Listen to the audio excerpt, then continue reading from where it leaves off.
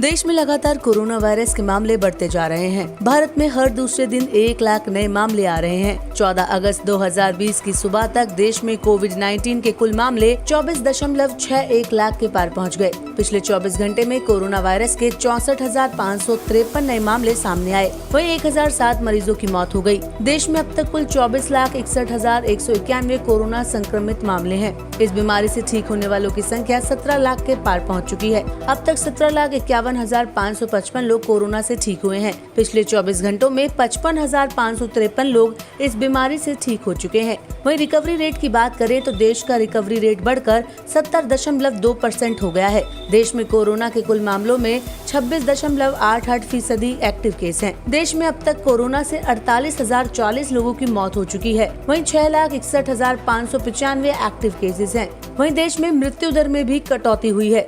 मृत्यु दर घटकर 1.95% है। कोरोना के बढ़ते संक्रमण को देखते हुए देश में जांच भी तेजी से हो रही है। ICMR के मुताबिक 13 अगस्त को अब तक के सबसे ज्यादा सैंपल्स टेस्ट किए गए। 13 अगस्त को एक दिन के अंदर 8,48,728 सैंपलों की जांच की गई और अब तक कुल 2,76,94,416 सैंपल्स टेस्ट किए जा चुके हैं। देश में कोरोना वायरस से सबसे ज्यादा प्रभावित राज्यों में महाराष्ट्र सबसे ऊपर है, जहाँ 5,60,126 मामले हैं।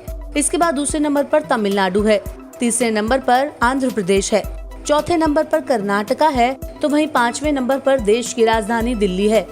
कोरोना वायरस महामारी के बीच कल 15 अगस्त को देश में स्वतंत्रता दिवस समारोह मनाया जाएगा, जहां पीएम नरेंद्र मोदी लाल किले पर तिरंगा फहराएंगे। इस साल कोरोना वायरस महामारी के मद्देनजर PPE किट पहनकर पुलिसकर्मी समारोह में तैनात रहेंगे। वहीं कुल 2000 लोगों को इस समारोह में आमंत्रित किया गया है। इसके अलावा साफ सफाई और 6 फुट की दूरी का पालन करना अनिवार्य होगा।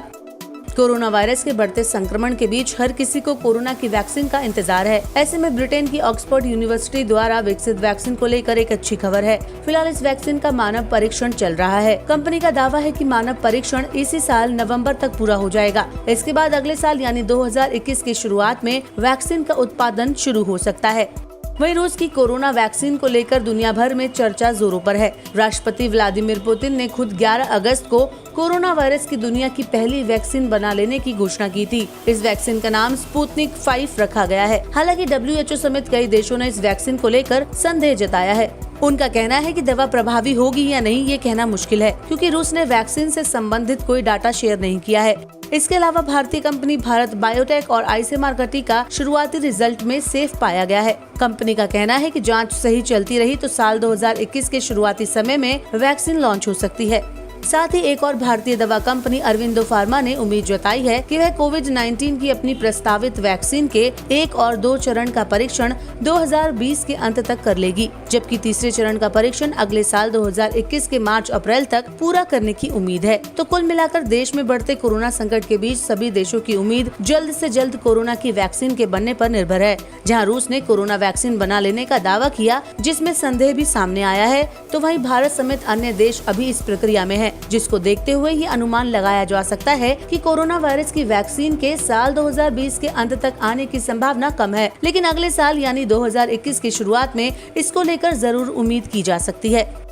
वहीं कोरोना काल में आत्मनिर्भर भारत मिशन को बढ़ावा देते हुए अब भारत ने भारी मात्रा में PPE किट और कोरोना चिकित्सा आपूर्ति सामान तैयार किया है और इसका निर्यात भी शुरू कर दिया है। हेल्थ मिनिस्ट्री की प्रेस ब्रीफिंग में बताया गया कि भारत सरकार ने राज्यों समेत 5 देशों USA, UK, UAE, सेनेगल और स्लोवानिया को 23 लाख PPE किट निर्यात की हैं। साथ ही केंद्र सरकार ने 3.4 करोड़ से ज्यादा N95 मास्क, 1.28 करोड़ से ज्यादा निजी सुरक्षा उपकरण और PPE किट राज्यों एवं केंद्र शासित प्रदेशों साथ ही केंद्रीय संस्थानों को 11 मार्च से अब तक मुफ्त प्रदान किए हैं।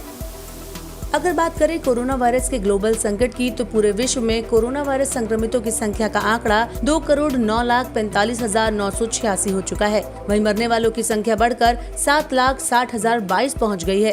कोरोना वायरस से सबसे ज्यादा प्रभावित देशों की सूची में अमेरिका पहले स्थान पर है। अमेरिका में 52,54,878 कोरोना संक्रमित मरीज हैं। इसके अलावा अमेरिका में 1,67,253 लोगों की मौत कोरोना की वजह से हुई है। अमेरिका के बाद दूसरे नंबर पर ब्राजील है, तीसरे नंबर पर इंडिया है, चौथे नंबर पर रशिया और 5वें नंबर पर साउथ अफ्रीका है। वहीं पेरू, मेक्सिको और कोलंबिया में भी दिन प्रतिदिन केस सामने आ रहे हैं। पूरे विश्व में लगातार बढ़ते कोरोना वायरस के संक्रमण के बीच अब सभी देशों को सिर्फ वैक्सीन का ही इंतजार है।